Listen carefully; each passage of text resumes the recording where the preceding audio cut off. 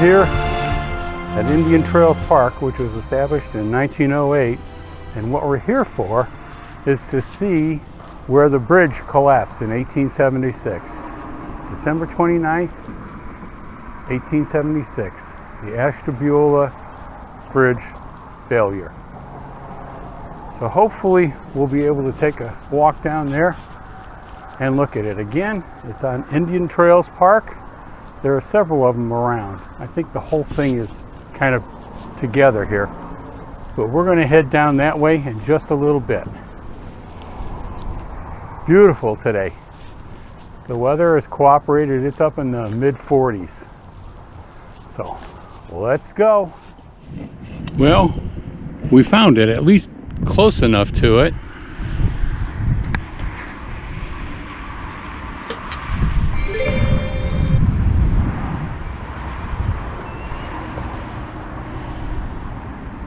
You can hit pause if you want to read some more of that down there.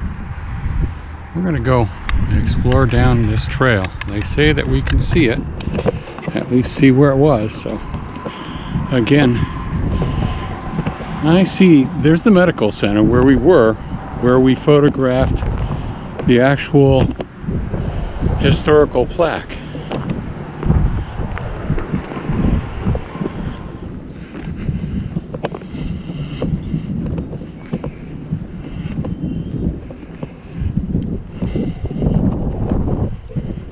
It's a little muddy. We'll have to watch it though. Okay, and swampy.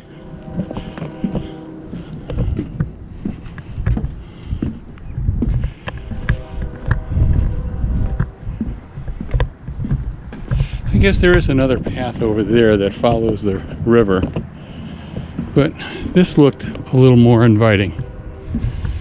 So I decided to take this.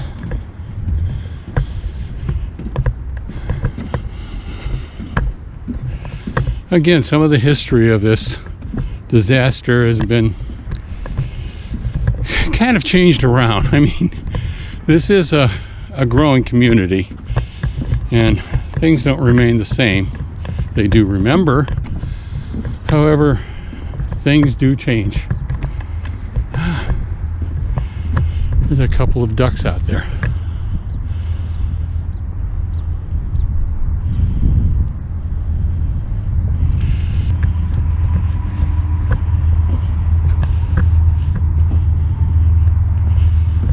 Okay, let's head on down to the end here, and this joins up with another path. Yeah, 1876, that's quite a while ago, and even though it was the most horrific accident that this area had, it still kind of is, you know, it's in the past. But again, 92 people perished out of 159, 160, I believe. Yeah, it was a winter's eve, December 29th. And as we saw, about 7:30 p.m. And the train was coming out of Erie. I'll have to look that up, but it was coming through, and it was a horrific snowstorm. And so they were running to beat the band to see if they could make it, I believe, to Cleveland. It was all the Christmas people that were coming home. And the engine made it to the other side. And as the engine made it to the other side, there was a horrific crack. And so the engineers kind of kicked the train in the butt so that they could get across. Unfortunately, everything from the engine back. Okay, here we go. Railroad disaster. Everything from the engine back fell down into the river here.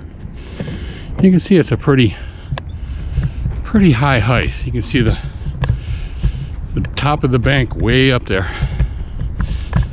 Well, again, when they crashed to the riverbed, that wasn't the worst of it.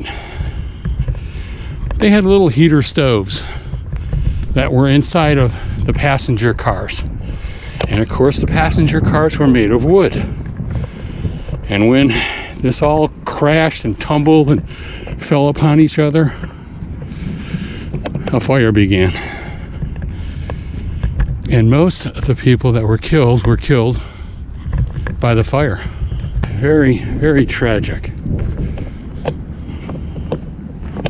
We're coming up to where the bridge stood, well, where it collapsed. And again, you could see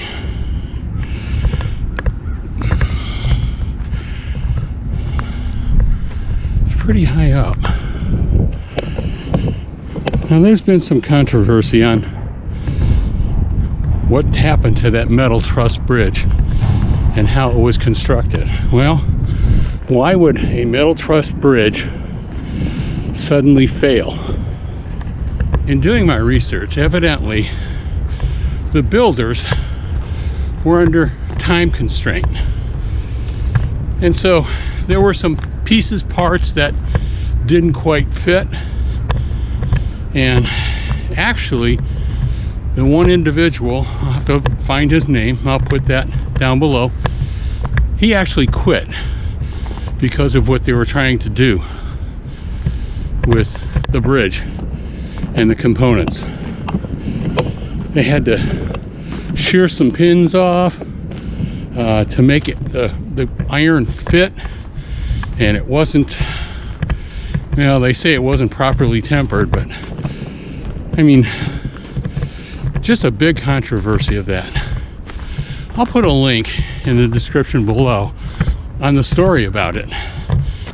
But as we go along here, let's just take a look at the bridge and remember.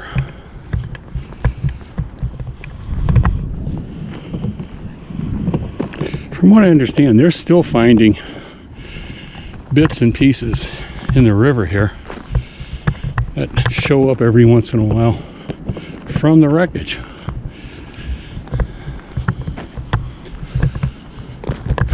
A couple of people fishing. Again, fly fishing.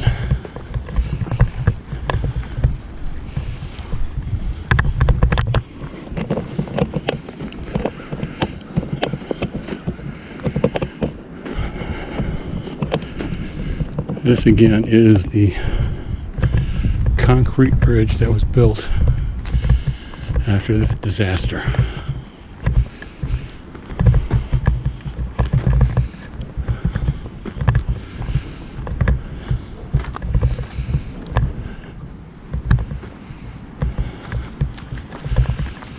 But this is where the bridge stood that collapsed. I think there's some parts still over there that were part of it that they just kind of threw to the side. This is fantastic. I found this.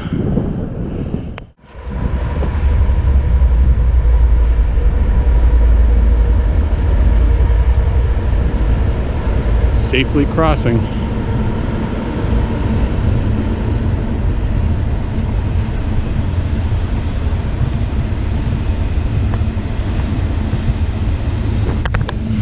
Again, the site,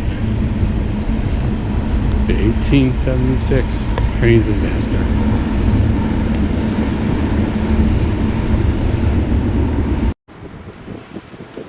And here, on a lonely hill in Chestnut Grove Cemetery in Ashtabula, there's a monument that's dedicated to those that they couldn't identify train wreck of 1876.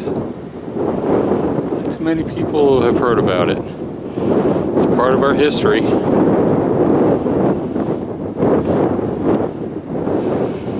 Some say that this wreck was what deterred Ashtabula from becoming the Cleveland, the big city of Cleveland. Who knows? It's a little piece of history that few people know about. That bridge disaster, again, one of the worst at that time. So we're gonna head out of here. I think I've covered everything on it. I don't know if there is a museum dedicated to this. I thought there was, but I couldn't find it.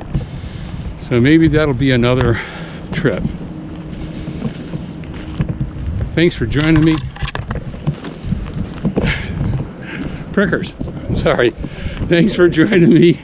Glad to have you along. Have a great day.